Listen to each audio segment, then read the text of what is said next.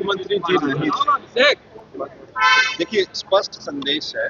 14 नवंबर के बाद माननीय मुख्यमंत्री जी को एनडीए के लोग कहीं उनका पब्लिकली चेहरा भी विजिबल नहीं होगा। बार बार प्रधानमंत्री जी ने क्या कहा, एनडीए की सरकार बनेगी। माननीय मुख्यमंत्री जी का कहीं कोई नाम नहीं। अब तो उनके अपने लोग बोल रहे हैं।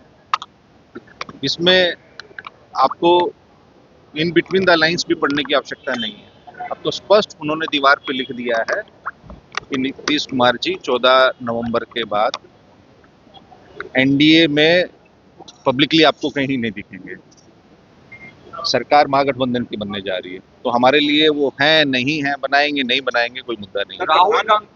राहुल गांधी के कल कार्यक्रम में उन्होंने लोगों के बीच जाकर मछली पकड़ा या तालाब में गए, कह रहे हैं कि काम अच्छा नहीं है इसलिए जलेबी छान रहे हैं। मोदी के डर से पहले जलेबी छाने फिर हाँ, मतलब प्रधानमंत्री को काम है देश भर का छोड़ के पिछले 4 महीने से बिहार में डेरा डाले हुए हैं। केंद्रीय गृह मंत्री जी बिहार में बैठे हैं। आपने ये सवाल किसी भारतीय जनता पार्टी के एक भी आदमी से पूछा?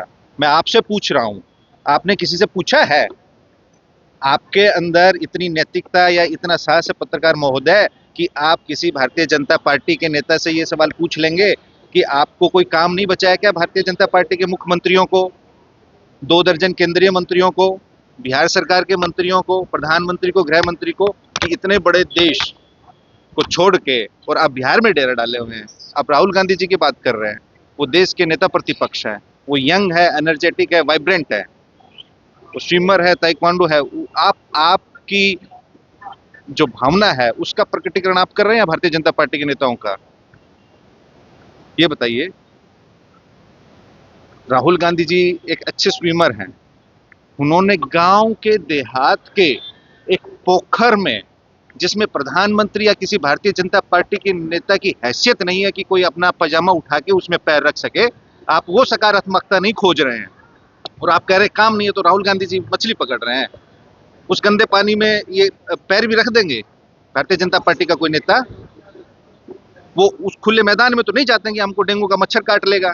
और राहुल गांधी जी उसमें स्विम कर रहे हैं। आप उसमें सकारात्मकता खोजने की बजाय नकारात्मक खोज रहे हैं। आप ये नहीं कह रहे कि वो एक अच्छे फिशर भी हैं, मछली भी पकड़ना जानते हैं, तैरना भी जानते हैं, और जो हमारे मछुआरा भाई हैं उनकी रोजी रोटी है। वो last man in the last Q में जो खड़े हैं, उनके साथ उनके पेशेगत जो मछली पालन है, मछली पकड़ना है, अगर वो स्वयं दिखा रहे मेरे को भी ये काम आता है, तो वो प्रधानमंत्री जी आपके लिए अच्छे हैं।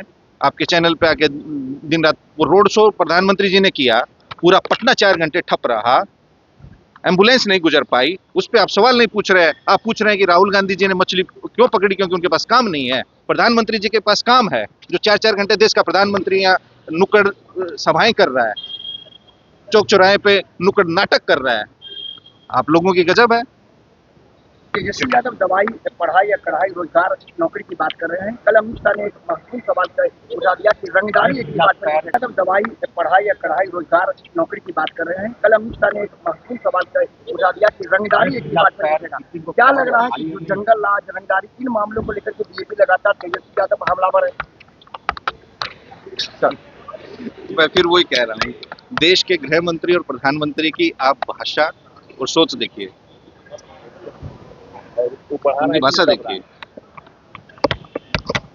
अब बुरा देखन मैं चला, बुरा मिला ना कोई, जब खोजा आप नू, मुझसे बुरा ना कोई। उनकी ऐसी भावना है, उनके ऐसे सोच विचार हैं। अब 20 राज्यों में भारतीय जनता पार्टी की सरकार है, हो सकता है तभी तो गृह मंत्री जी के अपने अधीन NCRB, national crime record bureau, केंद्रीय गृह मंत्रालय के अधीन है। और अगर समय मिले उनको, प्रधानमंत्री जी को और गृह मंत्री जी को, तो जरा अपने एनसीआरबी के आंकड़े देख लिए। टॉप 5 राज्य जो हैं अपराध में, अपहरण में, बलात्कार में, वो बीजेपी शासित है।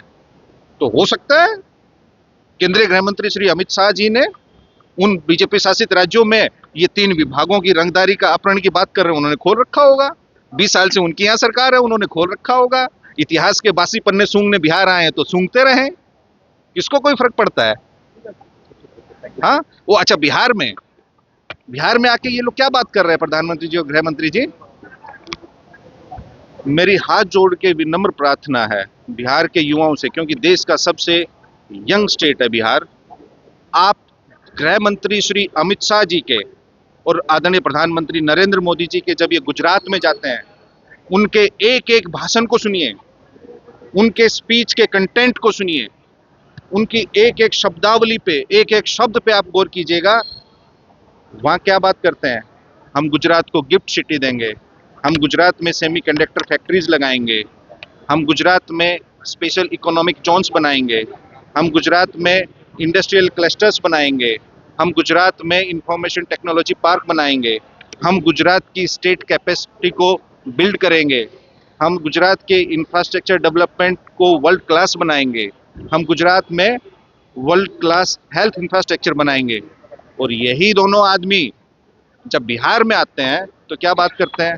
कट्टा, रंगदारी, अपहरण। क्यों भाई? मतलब आप ये सोचिए कि उनको बिहार के प्रति उनकी क्या सोच है और बिहारियों के प्रति उनके मन में क्या भावना है। वो जब बिहार आके बिहार के युवाओं से क्यों नहीं ये संवाद करते कि हम बिहार में सेमीकंडक्टर फैक्ट्री लगाएंगे? तो यही बात हुई ना प्रधानमंत्री, जाकी रही भावना जैसी, प्रभु मूरत देखी तीन तैसी। यही बात हुई ना।